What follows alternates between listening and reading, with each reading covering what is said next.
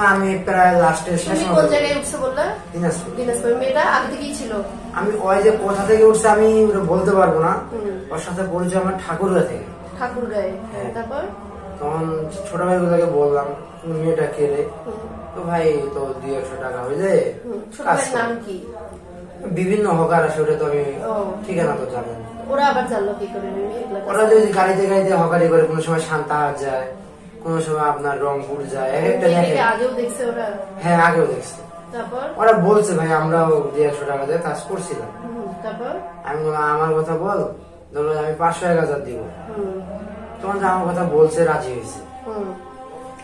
তখন আমি আবার দরজাতে দাঁড়ায় আসছি, সিগারেট একটা জ্বালাইলাম, ওটা খাচ্ছি। তো মেয়েটা আসে বলতেছে ভাই আপনার বাসা কোথায়? আমার বাসা তো পঞ্চগড়ে। কেন, কি হয়েছে? আপনি কি বিয়ে করছেন? না আমি তো বিয়ে করিনি, পারিবারিক সমস্যার কারণে বিয়ে করিনি। তো আপনি কি কাজ করেন? আমি বললাম যখন তখন যেটাই পাই তখন সেটাই করি। একদিন কথাতে মনে করেন আমাকে ভাইয়া নিয়ে আসতেছে, যে আমি তো বুঝছি তো ভাই ওরকম টাইপেরই মেয়ে। ভাই আমাকে ডাইরেক্ট বলতে পারতেছে না যে আসো আমরা কাজটা করি। তখন আপনার বাসায় আমাকে নিয়ে যাবেন? আমরা সেটা তো সম্ভব না, তা আমাদের একটা জায়গা আছে, আমাদের এখানে একটা জায়গা আছে, আমি যেখানে যখন তখন আসে একাই রাত থাকি, ওখানে জায়গা একটু ভালো হয়, সকালে না হয় আমরা যাবো।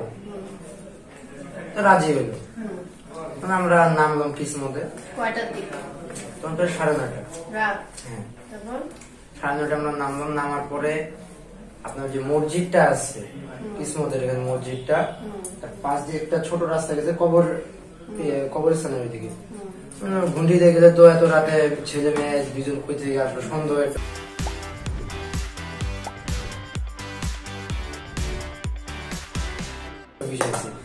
আমি আবার ওকে নিয়ে আবার ওই দিক দিয়ে গেলাম।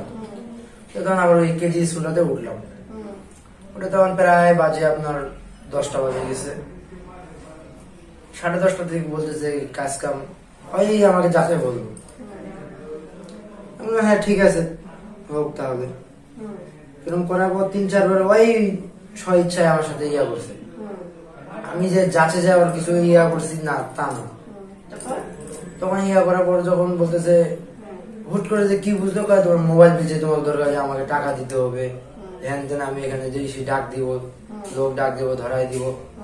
মানে আমার মা নিয়ে তখন বলছে খাঙ্গি ছেলে, হ্যান তেন, পরিবারে তখন গালাগালি শুরু করে দিল। ওই যে টাকা আমি দিতে অস্বীকার করছি, আমি মোবাইল কেন বেচবো? টাকা তো আমার তখন 4000 টাকা দাবি করে। 4000 টাকা কেন?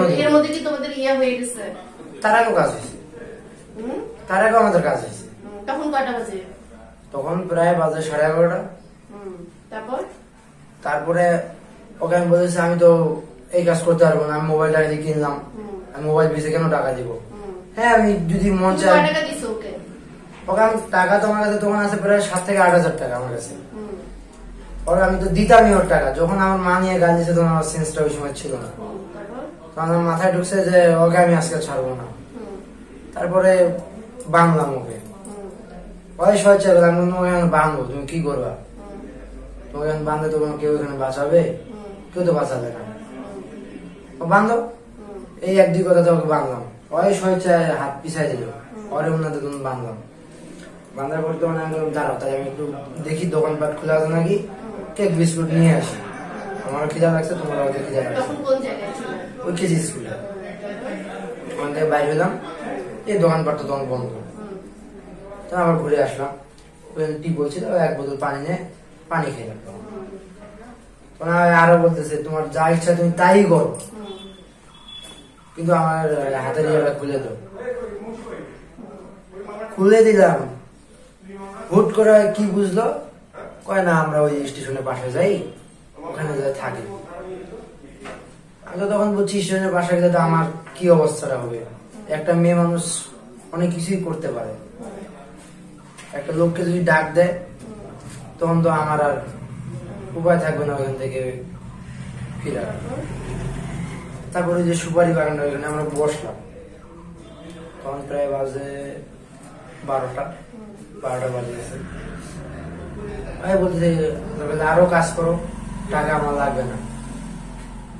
আবার এই এক দুই কথা কি দেখি হয়ে গেলো, আবার এই মনে মনে গালাগাল শুরু হয়ে গেল। তখন আমার মাথাটা খারাপ বেশি হয়ে গেল। ঠিক আছে তুমি একটু বসো, আমি আসতেছি।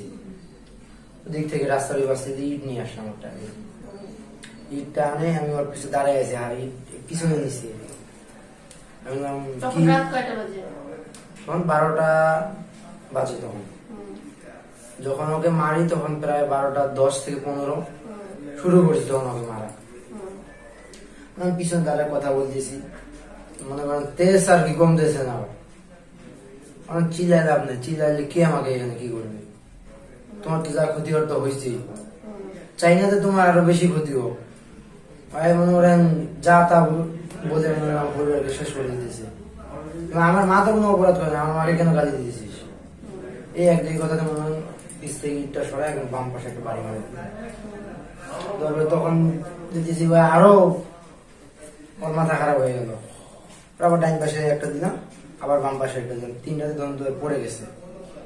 পরে পড়ে যাওয়ার পরে আমি ওকে গাছটাতে, কোথায় কোথায়? ওই সুপারি বাগানটাতে।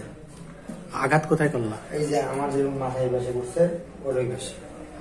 তখন ওকে আবার সুপারি গাছটা এখানে বসাইলাম। বসায় তার আরো মানে রানিং 8-10টা আমি ওকে বাড়ি দিলাম। বাড়ি দেওয়ার পরে তখন তো সেন্স ইমিডিয়েটলি চলে গেছে। তখন চলে যাওয়ার পরে তখন তো বুঝছি সবার কি করে ফেললাম এটা। তখন আমার মাথাটা কুলাইতেছে না যে কাজটা আমি করলাম না অন্য কেউ করলো। মাথাটা তখন আমার সেন্সটা ঢুকে না, কি করে ফেললাম এটা। তারপরে আবার দোকানের ওদিকে গেলাম, এই কাতি একটা খুঁজে নিয়ে আসলাম, ওই যে তরকারি কাটে ওটা। তখন আর কি শরীরে আমি কাটছিলাম, তখন আমার মনে হয় মাথাটা কুলাই নেই। তোকে আমি যে কাটছি, কাটার পরে মনে হয় আমার মাথা আরো খারাপ হয়ে গেছে। ওইখান থেকে স্টেশন যাবো মনে করেন আমার ওই সাহসটা কুলাইতেছে না যে আমি স্টেশনটা কোন দিকে, তো ওইখান থেকে স্টেশনটা দেখা যায় ওইটুকু যাই। গত 14 তারিখে এই হত্যাকাণ্ডটি সংঘটিত হয় এবং গত 8-3 তারিখে একটি 999-এর একটি কল পেয়ে পুলিশ আটোয়ারি থানাধীন রাধানগর ইউনিয়নের সেই ঘটনাস্থলে যায়। যাওয়ার পর সেখানে একটি চোরকে ইজি বাইকের ব্যাটারি চুরি সংক্রান্ত বিষয়ে তাকে হাতে নাতে পাবলিক দ্বারা ধৃত হয়। পুলিশ তাকে ধরে নিয়ে আসে থানায়। তখন তার পকেটে একটি মোবাইল পাওয়া যায়।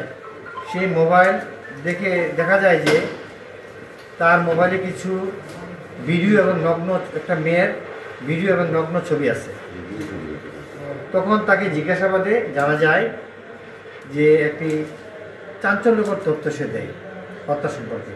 বিষয়টি হলো গত 14 তারিখে যে মেয়েটি হত্যা হয়েছিল সেটা সহ, ওই মেয়েটি সহ এই ছেলেটি দিনাজপুর থেকে ট্রেনে করে পঞ্চগড় আসার পথে তার সাথে রাস্তায় পরিচয় হয়।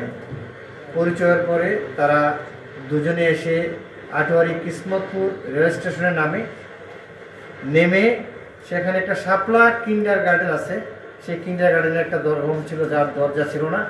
সেখানে মেয়েটিকে এই মাসুদ বিন সাজ্জাদ নামের যে ছেলেটি, যার বাড়ি পঞ্চগড়ের বোদা থানাতে, সেই মেয়েটিকে কয়েকবার দর্শন করে তারপর মেয়েটাকে এনে রেল স্টেশনের পূর্ব পাশে একটি সুপারি বাগানে তখন রাত 12টার সময় এখানেও কয়েকবার দর্শন করে। দর্শন করার পর মেয়েটি ছেলেটির কাছে মোটা অঙ্কের টাকা চায় এবং তার মোবাইলটি চায়। এই নিয়ে দুজনের মধ্যে তর্কাতর্কি হয়। এক পর্যায়ে মেয়েটি তার মাকে উল্লেখ করে গালি দিলে ছেলেটি তখন ক্ষিপ্ত হয় এবং তখন ছেলেটি তাকে তার ওনা দিয়ে বেঁধে, 2 হাত সুপারি গাছের সাথে বেঁধে মেয়েটিকে ইট দ্বারা তার মাথায় আঘাত করে। ইতিমধ্যে তার একটা ভিডিও করেছে ওখানে বাঁধার পরে, সেই ভিডিওটা তার মোবাইলে ছিল।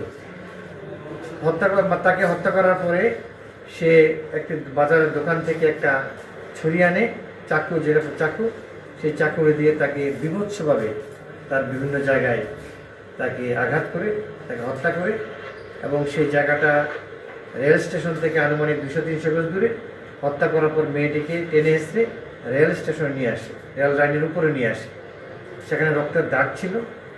পরবর্তীতে যখন ট্রেন যায় সকালবেলা, সেই মেয়েটির উপর দিয়ে ট্রেনটি যায় এবং মেয়েটি ক্ষতবিক্ষত হয়ে পড়ে। সে কারণে মেয়েটির পুরো স্পষ্ট চেহারা বোঝা যায়নি। এই সংক্রান্তে তখন দিনাজপুর রেলওয়ে পুলিশ এই লাশটি নিয়ে যায় এবং একটি অপমৃত্যু মামলা রুজু করে। একটি বলার বিষয় হলো, এই সংক্রান্তে একটি তখন বুল্লি থানায় একটি মামলা হয়, ঠাকুরগা থানা। এই সংক্রান্তে হয় না, তার আগে একটি মামলা হয় অপহরণ মামলা। তখন ওই মামলার যারা বাদী তারা মনে করে যে এই মেয়েটি হয়তো তাদেরই মেয়ে, যে মেয়েটি অপহৃত হয়ে গিয়েছিল। তারা তখন তাদের মেয়ে মনে করে মেয়েকে তাদেরকে দাফন করে দেয়। গত 8 তারিখে তার কাছ থেকে পুলিশ এই ধরনের তথ্য পাওয়ার পরে যখন ভিডিওটা দেখায় ওই গার্ডিয়ানদেরকে, তখন তারা জানে যে এই মেয়েটা তাদের মেয়ে না। এখন এই মেয়েটার পরিচয় নিয়ে আমরা তদন্ত করছি, মেয়েটার পরিচয় বের করব এবং ছেলেটি তার সকল ঘটনা আমাদের কাছে বলেছে এবং বিজ্ঞ আদালতে সে স্বীকার করেছে। ধন্যবাদ সবাই। স্যার, তাহলে আমরা বলতে পারি এর মেয়ের এখনো পরিচয় পাওয়া যায়নি? এখনো পরিচয় পাওয়া যায়। এ কি ভারসাম্য বলা যায়? না না না, সে সুস্থ মেয়ে।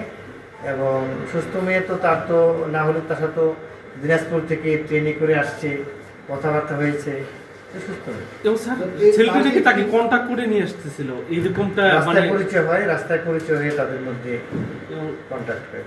আচ্ছা আচ্ছা। তার সাথে কি আর কেউ যুক্ত ছিল এরকম? এটা সে কোনো বলে নাই, সে একাই করেছে। স্যার, ওই পরিবারটার কি কোনো ইয়ে পাওয়া গেছে যে পরিবারটা ওখানে একটা মামলা করলো বুল্লি থানায়, এই পরিবারটা কারা? এই পরিবার না, এই বুল্লি থানারই একটি পরিবার যারা মনে করেছে যে এই মেয়েটি তাদের মেয়ে, যেহেতু মেয়েটার রেল স্টেশনে মেয়েটার মধ্যে ট্রেন যাওয়ার পরে চেহারাটা বোঝা যায়নি,